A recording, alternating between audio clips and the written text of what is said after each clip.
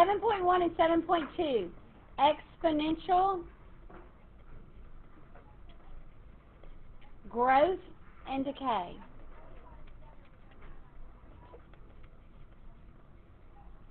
All right, so How many chapters are there? 14. Now, I don't really know. This is our last chapter, guys. Okay? This is your last chapter. Okay, so make a T down your paper, and we are going to do a compare. There you go. And contrast. The English teachers would be so proud of me. Okay? Compare and contrast. We're on YouTube, Jody. All right. So over here, we're going to put the growth. So over here, we're going to put decay. Very good. Come on, participation is important. All right. So the equation for the growth. Are you listening? The equation for the growth. Y is equal to A times B to the X. All right? We're going to have to put the rabbit up. Okay. Shh. The equation for decay. Y is equal to A times B to the X.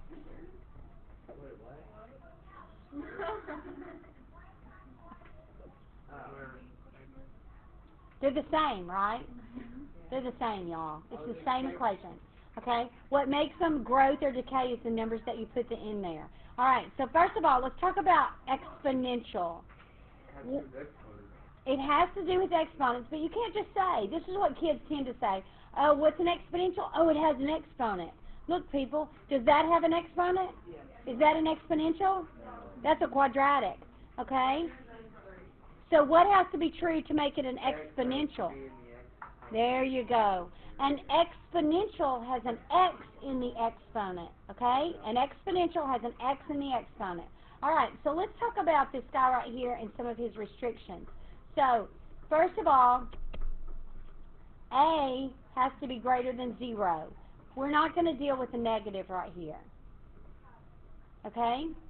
And B has to be greater than 1. That's what's going to make this guy a growth. Okay? Now, this B right here is obviously my base, right? And he's going to have, that's going to be your growth factor. So that is my growth factor. Now look, would that be a hard question? If you got y is equal to 2 times 4 to the x, is that a growth or decay? Growth. It's a growth. What's its growth factor? Boom. That's some easy points, isn't it? All right. And its growth factor is going to be more than what? 1. That's what's making it a growth, guys. It's more than 1. All right. Yeah, you can. I'd be glad to give it to you. All right. I'm kind of like y'all. I'm just about finished. All right. So this A right here, this A is going to be my initial amount. What's that mean? The starting. Yeah, your beginning amount. Now let's talk about why it is my initial amount. If it's the initial, it's at the starting. And at the start, what would your time be? 0. So this X most of the time represents your time. So anything to the 0 power is 0. what? 1, thank you. And then 1 times A is going to be A. So there you go. That's your starting or beginning initial amount. Okay? Let's look at what one looks like first. Okay, so we're going to graph one.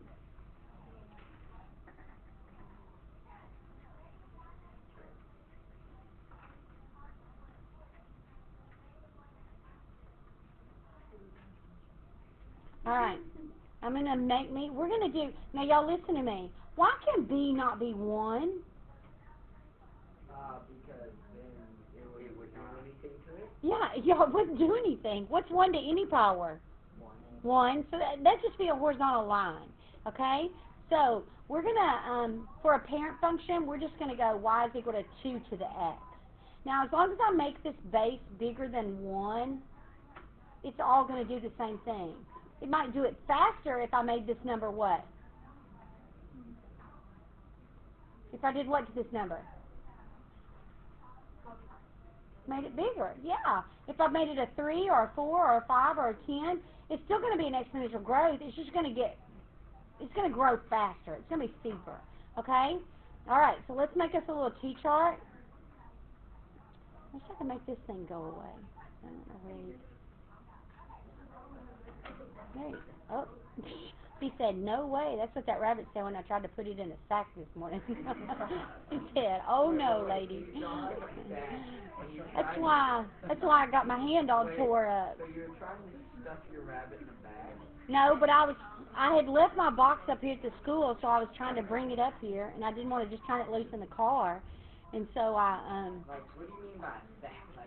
like a birthday sack, you know?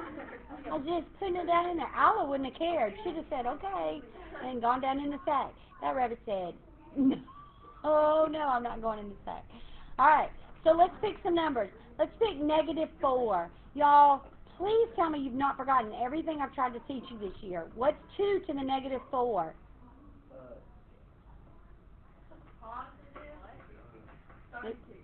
Ah.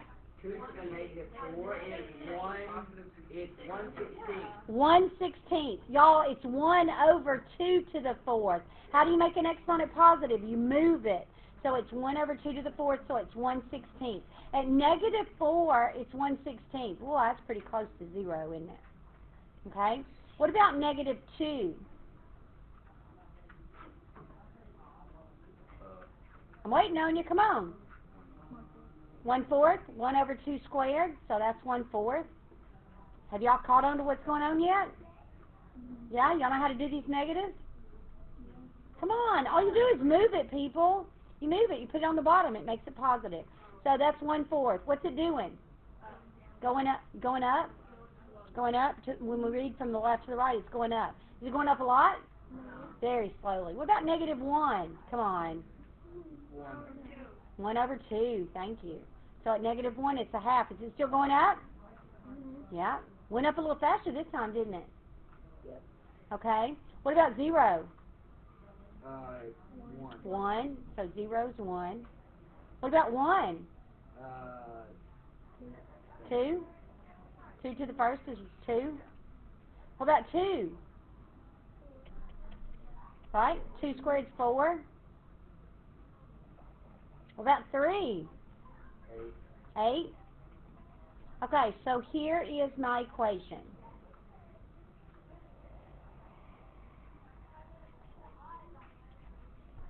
All right? What's this thing doing as it goes out to the left? What's it doing as it goes out this way? Approaching. Approaching what? 0. Is it ever going to get there? No. Y'all, can you ever raise 2 to a power and get 0? What's the only thing you could raise to a power and get 0? 0. Hey, Lindley, quit. All right. So this, does anybody know what this is? If it's approaching it, what's that called? An asymptote. Very good. So this has a horizontal asymptote. What's the equation of that asymptote? Don't tell me it's 0, people, because it's not a number. It's a line. Y equals 0. Horizontal line. Y equals 0. That Y looks like an upside down H. He's telling you he's horizontal. Okay? So let's think about things. Here's what's happening. This thing starts off, it's growing very slowly, right? Just a little bit. And then it's like it hits a point, and then boom, it explodes, and it grows really, really fast. So let's talk about some examples. Okay? Let's talk about some examples of exponential growth. Anybody know any? Money. Oh, we would like for our retirement fund. We'd like for our retirement fund to grow this way, wouldn't we? Okay, when do we start saving for our retirement? Yeah, no, not when you want. As soon as you can. Y'all, that's whenever, and y'all, listen to me. You should start saving for your retirement as soon as you get your first job out of college. Okay? Now, here's what you're going to say. You're going to say, I'm not making very much money. I don't really have enough money to save for retirement. That's exactly right. You always afford to pay yourself. And that is your savings, your retirement funds and things like that. A lot of companies, if you go and work for a company, will do a match thing where you put $1 in the retirement fund and I'll put $1 in. Is that a good thing? Yeah, you should max that out. That means you should put in as much as they'll let you put in, and they match it. You see what I'm saying? I mean, it might be you can only put $10,000 in a year, and they'll only match that. You see what I'm saying? But you should at least put that much in. All right? That you can't beat that, guys. You can't get that anywhere. Matching it. All right, so that's pretty cool. Now, what about let's think about my retirement fund, right? Because my retirement, is that a long ways away? No, people. I'm on my last leg. Okay? All right. So here's the thing. Do I want to be over here when I retire? No. People, if you're over here when you retire, it's going to be bad. Okay? You want to be, see, that's why you start saving, because guess what? Little money grows little. Little money grows little. When's the stuff start really getting big? When you've saved a lot of money. Big money grows big. Little money grows little. You know that old saying, the rich get richer and the poor don't? Okay? That's the reason. Because the rich have what? A lot of money. And a lot of money grows big. A little bit of money doesn't grow big. So don't wait till you're 45 and then you start saving for your retirement.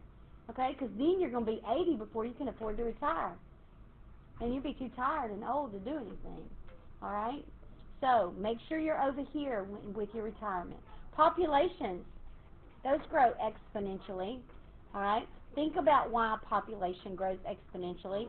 Starts out with, 2 people, and then they have children, then those children have children, and then those children's children have children who have children's children's children, keep having children, and so it grows exponentially.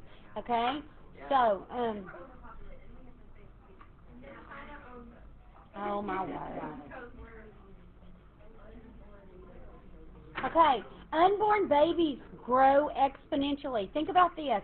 When a baby is conceived, oh my word, how big is that thing? Like smaller than a grain of rice, right? Smaller than a grain of rice, okay? And, I mean, from conception to birth is 40 weeks, okay? They call it 9 months. I call it 10 months, okay? Y'all call it what you want to. But I'm going to tell you what, 40 weeks is not 9 months, okay? So, from conception to birth, look, he's teeny tiny when he's conceived. He grows very, very little. He's very, very small, okay? 4 months, a lot of people, you can't even tell they're pregnant, all right? And that's like 20 weeks. But then what happens between 20 weeks and the next 20 weeks? Oh, yeah, like you go to bed one night and the next morning you wake up and you go, whoa, what happened? All right? So that's the way they grow. They grow exponentially. They grow a lot that last period of time. All right, so there's an exponential growth. Anybody got a question? All right, let's talk about an exponential decay. Now, on this one over here, still has the same restriction. A has to be greater than 0. Okay? And B, but B this time, B has to be less than 1. Because if it's greater than 1, what? It's a growth. So he has to be less than 1. But he has to be greater than 0. Okay? In other words, we don't want to be talking about a negative base. Now, I'm going to go to another page. I don't want you to copy this down. I just want to show you why we don't talk about a negative base. I'm going to tell you why that B has to be greater than 0. Let's just scrap one. Y is equal to negative 2 raised to the x power. Is that the same thing as this? Okay, you got to know the difference between this. This is the opposite of 2 raised to the x power, okay? That's going to be reflected over the x-axis, okay? He's going to make him look, come on, he's going to make him look like this, okay? So that's not the same thing. Now, let's do this one really quick. I'm just going to start at 0, okay? I'm not going to do this part over here. I could, but I'm not going to. So, what's negative 2 to the 0 power? 1. What's negative 2 to the first power? Negative 2. What's negative 2 to the second power? 4. Uh-oh. Are we having a problem here? What's negative 2 to the third power? Negative 8. Oh, no. What's this thing looking like? Some rick-rack, zigzag thing. Okay? So, you can't, when you raise that negative to a power, all the odd exponents will be negative and all the even ones will be positive. So he just jumps back and forth. That's why we don't do that. Okay? We don't do that. That doesn't apply to anything in our life, so we don't really have a lot of use for it. Would that create a y equals 0 if you drew a line of best fit? Yes. I'm going to say it doesn't have a line of best fit. But I think it would. What is she doing? I know. Oh, yeah.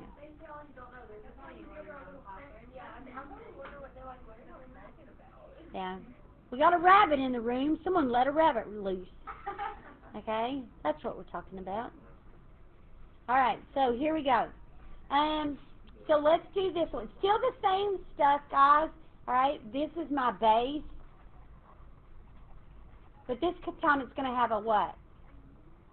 Look, decay factor.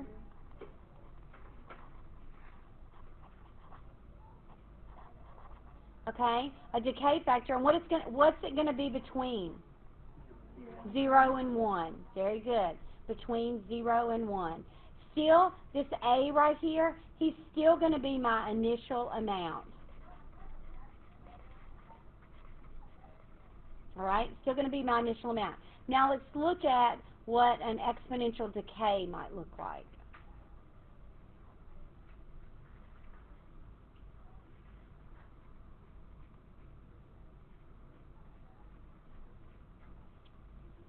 Okay, so this time we're going to do y is equal to 1/2 to the x. Now, do I have to put that 1/2 in parentheses? Yeah, because if you didn't put it in parentheses, look what it says. This is what it says. Who's raised to the x power? 1. Yeah. What's this? 1/2, people. 1 to anybody. You see what I'm saying? So you have to put it. If it's a fraction, you've got to put it in parentheses. All right, so 1/2 to the x power. Is it going to have a relationship to this guy over here? He is. He is. He's going to have a relationship to him. There's going to be a correlation between the two. Let's talk about x and y. Okay? So let's pick negative 4. Now, what's that negative exponent going to do to this fraction? Flip it. That's all it's going to do, people. And what is 1/2 flip? So this is like 2 to the 4th. That's what it is. What is 2 to the 4th? So at negative 4, he's way up here at 16. All right? Let's do negative 2. What's 1/2 to the negative 2? 4. Yeah, 2 squared is 4. So at negative 2, it's 4. Do you see the relationship? What was this one at positive 2? Positive 2. 4. Okay. Let's do negative 1. What's 2 to the negative 1? 2. All right. What about 0? What's 1/2 to the 0? Hey. Hey. We're gonna have to stop and catch that rabbit. Yes. Oh, God. Okay. So now let's do 0. What's 1/2 to the 0 power? 0. What? Don't stop saying that. 1. What's 1/2 to the first power? 1/2. Whoa, come on. What's 1/2 to the second power? 1/4. Okay, so everybody see your curve? Tell me the relationship between this curve and that 1. And y'all, this is only true because what? This 2 and that 2 are the same. They're reciprocals of each other. What did it do to it? They're reflection across the y-axis. Okay, watch this. is there another way I could write this? You don't have to know this. Don't write this down. I'm just going to show you. This is the way we talk about it in pre-cal.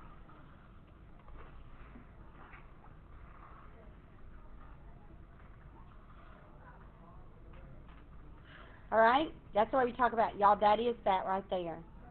Okay? If I did this, if I said 2 to the negative 1 times x, can I pull that little, can I do this? 2 to the negative 1? Like that? And what is that? 1/2. You see what I'm saying? What's a negative on the x going to do to it? Reflect it over the y. So see what it did to that graph? Okay? Pretty cool. All right, let's talk about some examples of exponential decay. All right, so we talked about these. The only reason I'm talking about these is because almost every class I've been like, now these are the lessons y'all need to be teaching us, Miss Davis. And so I'm like, well, I try to put them in when I can. But evidently there's a lot of y'all that don't know some of this stuff. So I'm just going to say, to me, here's one example. Y'all, when you buy a brand new car, it's worth this much money. And people, I'm not talking about years later. I'm talking about as soon as you drive it off the lot, you're already down here. Because as soon as you drive it off the lot, I don't care if you live next door, it's no longer a brand new car. Now it's a used car. And it doesn't really matter that it only has a 1/2 mile on it, okay? It's the point that it's no longer new anymore. It's a used car. Okay, so it lost a lot of value. What? A water bottle. Because the water, you pour it out and then there's all the water droplets still inside. I don't know about that one. Great example. Okay. It goes down. To me, this is the best example.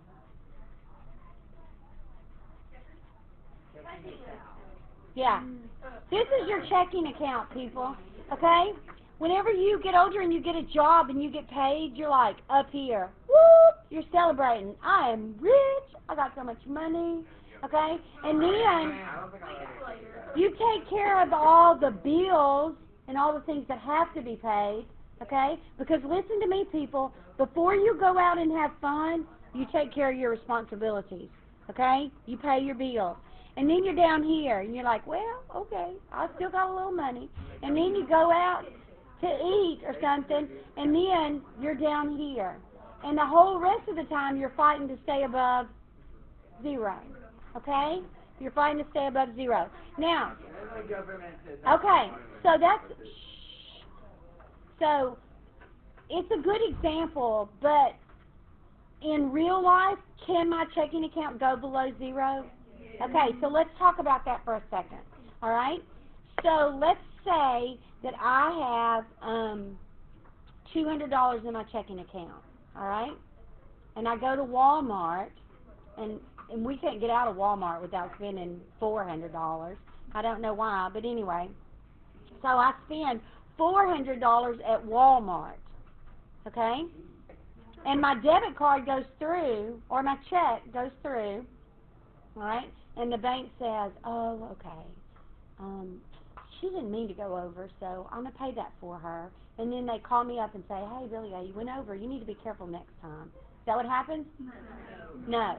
Okay? They might pay Walmart. Okay? They might do that, but what's it going to cost me? Not interest. It's called a non-sufficient funds fee, an NSF, and it is $35. Okay? So, depending on which bank. Now, let me tell you. Let me explain this to you. Okay? If I went to Walmart that day and I went over, and then I went to Kroger and I went over, and then I went and got my hair done and I went over, how many $35 or $40 fees are they going to charge me? 3. That's 3 of them. Okay? Now, let me tell you something else that could happen. What if I didn't have that agreement with the bank? And I wrote a check at Market Basket, and Market Basket sent my check to the bank, and the bank said, she hasn't got that much money in her account. What are they going to do? What's the bank going to do? They're going to bounce it. So what does that mean, Spencer? No. What does that mean? What's the bank going to do with my check? They're going to send it back to Market Basket, and say, and take money out of Market Basket's account and say, she wrote you a hot check. She didn't have the money to cover it, and I'm not covering it. Okay? Now what Market Basket going to do? They're going to call you. They're going to call you. Now if you've written a bunch of them, who are they going to call? They're going to call the police, okay? But if you haven't ever done it before, you've only done it once or something, they're going to call you and they're going to say, hey, we got your check up here. You'll be like, I'm so sorry. I'll be up there in a minute. And then you're going to go up there, okay? And in order to get your check back, what do you have to do? You have to pay them the money, and you have to pay a fee, right? $20 to $40, depending on what the store says. It'll tell you how much a hot check costs, okay? So I've paid for what the check was that I wrote, plus I paid a $20 to $40 fee to Market Basket, okay? Now, is the bank still going to charge me because they didn't pay my check? Oh, yes, they will. So now you paid the $20 to $40 fee at Market Basket, and you're paying the bank because you tried to run a check through when you didn't have enough money. Okay? If you like pay in checks and not like with a card or anything, if you make the big check, like if you send them in last, like, cause you know they'll send like smaller checks in and they'll do the big ones later. Well, when the bank processes them, they process the big ones first, so you have less money every time you do it. Yeah. And so then when you go over, they'll charge you for the over thing, and then they'll also charge you like a checking. Yeah, for each one of the things. That's where banks get all the Yeah. money from. Okay, so let's talk about this for a second, all right? Now, if I'm saving money for my retirement fund, am I going to put it in the bank in a savings account? No, because what kind of interest is the bank going to pay me? Very little, okay? So if you're saving money for a retirement account, you want to go out and do some research, find you a mutual fund or something like that where you can invest. You want it to make like 10%. That's good. 10% is good. And find you one. They'll invest the money for you, and, you know, they might not always make 10%, but they'll say, you have to do your research. On average, we make over this long a period, we'll make 10% on your money. Okay? So if the interest rates are really low, are the banks making a lot of money on the money that I leave in the bank? No. Is the bank a business? Does the bank have to pay for the lights in the building? Do they have to pay employees that work there? Do they have to pay for the insurance for those employees and all that stuff? Okay, so if the bank's a business and they're not making money on interest, what are they making money on? Doing what? Charging you what? Charging you fees. Y'all, they're charging you fees, and that's how they're making their money. I mean, it's a business. They have to make money somehow, and so that's how they're making the large part of their money. Now, you've got to be smart about your money. Let me tell you another thing a bank will do. Some banks, a lot of them, some banks will, they started this when we were in Arkansas. They started it because we got a letter and we were like, what? But we don't have this on our account. But if you don't want it on your account, you have to go up there and say, I do not want this. You have to sign a bunch of stuff and everything. Okay? But they do this thing where they say you have, like if you have $200 in your account, if you do a balance inquiry, it'll say you have $700 in your account. They add $500 for it because they're going to cover your checks up to that $500 extra. You see what I'm saying? But every time they cover your check and you went over your $200 balance, what are they going to do? Charge you, okay? But do some people understand that? Some people don't understand that. They just don't see. They see that and they say, I got $700, and they want to go spend $500, when really they don't have $700. They only have $200. You see what I'm saying? So you have to be really careful. You have to be careful. You have to know what your bank's doing, know what their rules are, so that you don't get taken advantage of. All right? So, exponential growth and exponential decay. Let's look at a graph.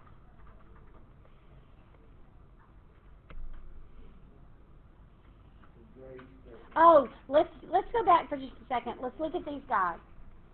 Whoa. Let's talk about this one right here. Exponential growth or decay? Right here. Growth. What's his domain? 0 exclusive. Wait, no. Negative infinity to positive infinity. When I say domain, what are you supposed to think? Restrictions. Y'all, there are no restrictions right here. There's no x in the denominator and there's no x under the radical. So negative infinity to positive infinity. What's his range? Zero exclusive positive. Very good. This thing only exists up above 0. Okay? 0 is exclusive because it is an asymptote. Does this guy over here have an asymptote? Yes, he does. What is it? Y equals 0. Very good. What's his domain? Same thing. Negative infinity to positive infinity. What's his range? Same thing. 0 to positive infinity. Okay, so let's go look at this other guy, and let's see. What if I said y is equal to 4? Wait, I'm going to leave me a little space. 4 to the x. Okay? How is this graph going to be different from this 2 to the x? Yeah, he's going to be steeper. He's going to be lower on this left, and he's going to go up faster. Is he still going to go to this point 0, 1? Yes, he is. He's just going to go up a little faster. All right, so let's go back and look at him. We know it goes through 0, 1. We know he's really shallow right here, and then he goes up a lot steeper. Okay? Now, what if I did this to my graph?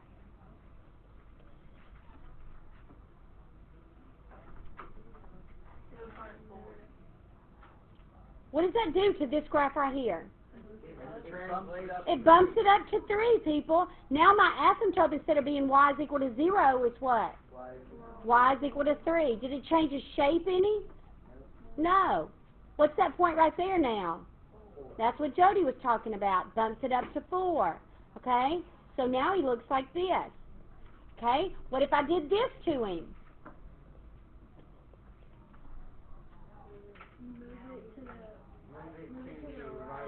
Very good. Moves it to the right too. Did it change the horizontal asymptote? Nope. He just went, this point went 1, 2. And he looks like this. Okay? What about this? What if I put a 1/2 in front of it? Sine to 4 is 4. No negative signs. No negative signs. Is it a vertical or horizontal? Who's he on, the X or the Y? Y'all, he's not on the X. If he were on the X, he'd have to be up there with that X. Okay, so he's on the Y, so that makes it vertical. Now, remember vertical, that's the Y. The Y's do exactly what you think they're going to do. So 1/2, would that be a stretch or compression? Compression. Some people call it a shrink. Okay, a vertical stretch or a vertical shrink. This is a vertical compression or a shrink. What if now what's it going to do to that? Is it going to have a huge effect on this guy right here? Y'all, this point right here is going to be at 1/2 instead of 1. Okay, and he's going to be, it's not going to be a huge effect. We could look at it on a calculator. Okay, we could go, let's see if we got one up there. There's 4 to the x right there. So let's make this one as 0.5 times 4 raised to the x. All right, so there's 4 to the x.